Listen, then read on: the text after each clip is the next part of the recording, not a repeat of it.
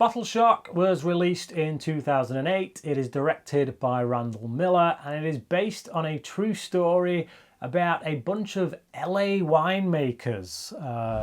Back in either the 60s or the 70s, early 70s I think it was. Obviously, back then, wine came from France. If you got wine from anywhere else, it was, you don't do that. Well, good wine can only be made in France.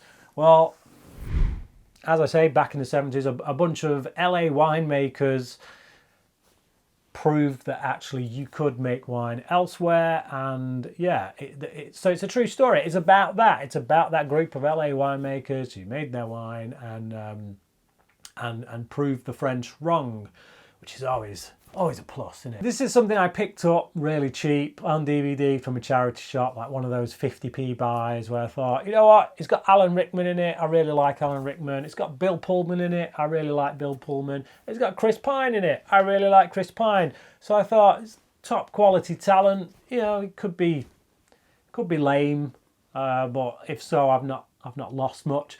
I enjoyed this film. I actually quite enjoyed it. So Alan Rickman plays this French wine seller who's very kind of a stuffed up English gentleman who he is of the school that yes, you can only get the best wine in France. So he goes to LA. He hears about his shop isn't doing so well, and he decides to go to LA to sample these wines to get a whole different variety of wines from LA to find out if they can be matched up to French wines. He's intending on bringing them back and doing a blind taste test for critics and media and seeing what happens. It's pretty obvious what's going to happen. This is a true life story. It's quite formulaic in some respects, like if when you got like a feel-good, light-hearted drama / comedy, there's only going to be one outcome. I don't think it's going to be a surprise to anyone what happens by the end of this, and I don't think they're going to make a true story about LA whiners who said they were going to take on the French and then did and then lost and made a crap wine. Clearly that ain't going to happen. I don't think that's a spoiler. I think, if that's a spoiler, then you must be an idiot going into this. In that respect, it's predictable. You know where it's heading, but it's got a lot of charm. It's well directed. It's pretty well written. The performances across the board are all really good. I like these characters for the most part, each and every one of them.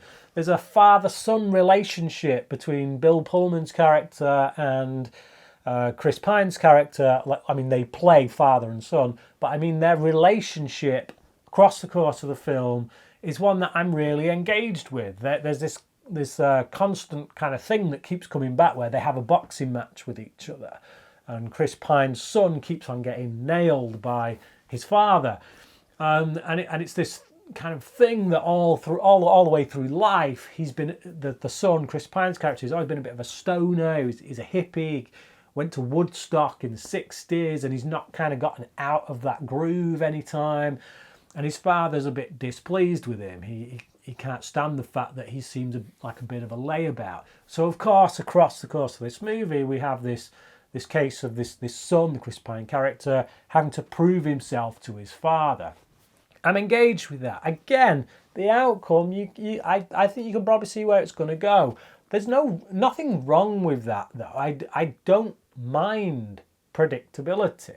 I don't mind formula, just as long as you present it in a really good way.